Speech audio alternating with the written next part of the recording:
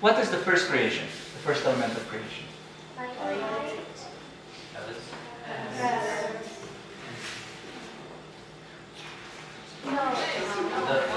Water. The beginning. Water. The beginning. Time.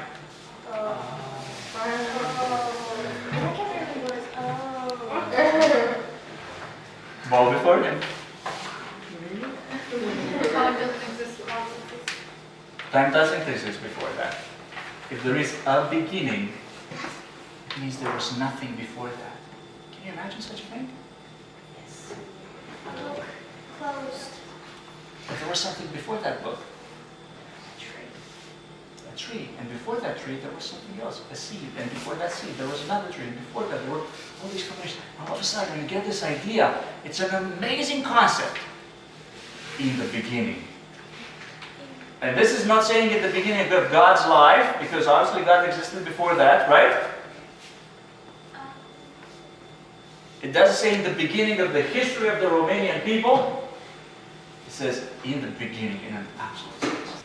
By the way, I'm really glad dinosaurs went extinct before we came. I don't miss the T-Rex. Does anybody here miss the T-Rex? No, I've never met one. Good. That's a good thing, right? Nothing coming with big teeth through that window going, "Ah, I'm hungry." So, what beginning is it talking about? It's talking about the beginning of the world, period. Did these people know about dinosaurs? No. Do I believe that the world was created 5,773 years ago? No. That's the creationist view, right? If you believe, according to science, that dinosaurs went extinct before humankind, then all of a sudden dinosaurs have just a little bit less than 1 day to live. Because the large animals were created in the 6th day, right? And then later on, humankind. So it's a really messed up thing. If you really take this Bible literally, which should be a clue already, don't. Please don't. Please don't take it seriously. Not seriously, take it very seriously. Don't take it scientifically. Take it as a theological book. Okay? By the way, another interesting theological question is, what was again the main problem, the main way in which Adam and Eve were punished for the sin? To die. Was there death before the sin of Adam and Eve? No. There's a tree of life. You will die otherwise, right? I don't know. But I'm just faced with this question as a human being. I'm not speaking to you as a theologian, as a priest, or anything. I'm not speaking to you as a priest right now, or as a theologian, or anything like that. All I'm trying to say is this. Maybe death in the animal and plant realms is natural.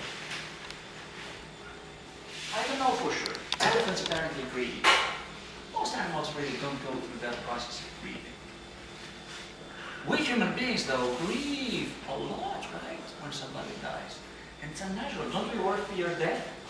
Don't we want to run away from death?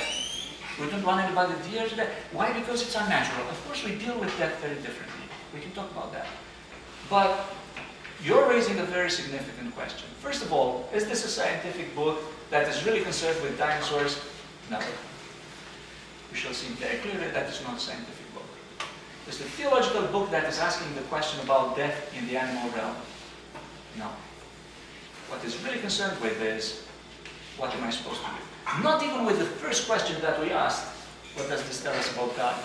That's not the main question of the book. The main question of the book is, what am I supposed to do? And we'll get to that tomorrow, not tonight. Okay? But tomorrow we'll get to that. So, in the beginning, when God created the heavens and the earth, so the heavens and the earth, let's just take it as the whole creation, right?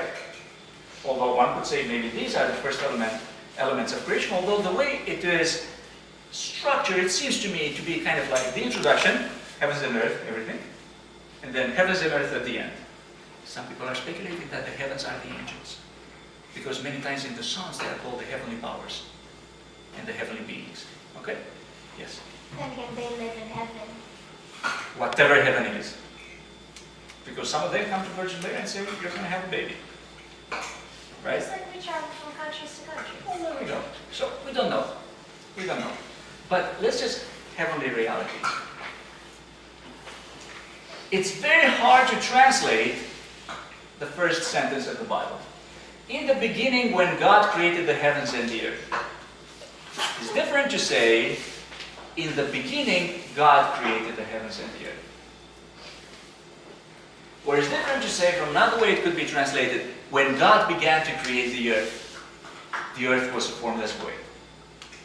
If you say, when God began to create the heavens and the earth was a formless void, it could imply that the earth just existed there. Do you understand? So God did not create everything out of nothing. But if you translate it, in the beginning, God created the heavens and the earth was a formless void. All of a sudden, it's much more clear, not 100% clear, but much more clear that God created the world out of nothing. Do you understand the distinction? It's very subtle. It's very subtle, so that's why I'm repeating it. It's very different to say, in the beginning God created the heavens and the earth, from saying, when God began to create the heavens and the earth was a formless void. Right? So these are two different things. Alright. The earth was a formless void and darkness covered the face of the deep. What will God create next? Light. So how can you have darkness without light? Darkness is the absence of light. So darkness is the absence of light. Very good. So when it talks about darkness, it means like it's incomplete. It's the void that we talked about, right? Very good. When it says heavens, it means the whole spiritual reality. When it says earth, it means the whole material reality. Don't think just the planet Earth, right? Which, by the way, their understanding of planets and Earth was really, really messed up compared to our understanding today. Remember when I asked you today, is it sunrise or sunset? What did you say? Sunrise. Sunset, sunrise, sunset, sunset. You should say neither. It's earth rise and earth set. That's not so. Because the sun does not move. It's only the earth that moves. Right? There's sunset, there's sunrise. I'm not trying to trick you. I'm just trying to tell you, look at these old understandings that we had that are now part of our language, because we thought for 6,700 years, I don't know how many, until Copernicus, right? No, Galileo Galilei. We thought until Galileo Galilei that the earth is in the middle and everything moves around us. We love that. I'm in the middle and everything revolves around me. But in fact, no, we realize we're really a very, very small part of this universe. Actually so small that we as theologians are having deep, deep trouble. We're talking about humankind, the hierarchy of creation, we being the highest, right? Remember when you said that?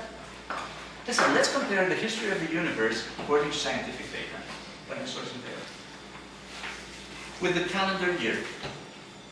Big Bang happens on January 1st at midnight. Go through the whole year. Somewhere in September, the Milky Way is formed. Somewhere in October, the Earth starts looking similar to what we have now. December 31st, 11:59 p.m. We are human beings. In what time zone is this? In what time zone is this? As far as I'm concerned right now, it's a very relative thing. What I'm trying to say is that the universe existed for so long without us. Without us. So right now, please understand that this chapter is not about how the world was created. Because we have given much more space to the rest of the world. It's about us and what we're supposed to do. Okay? Very good.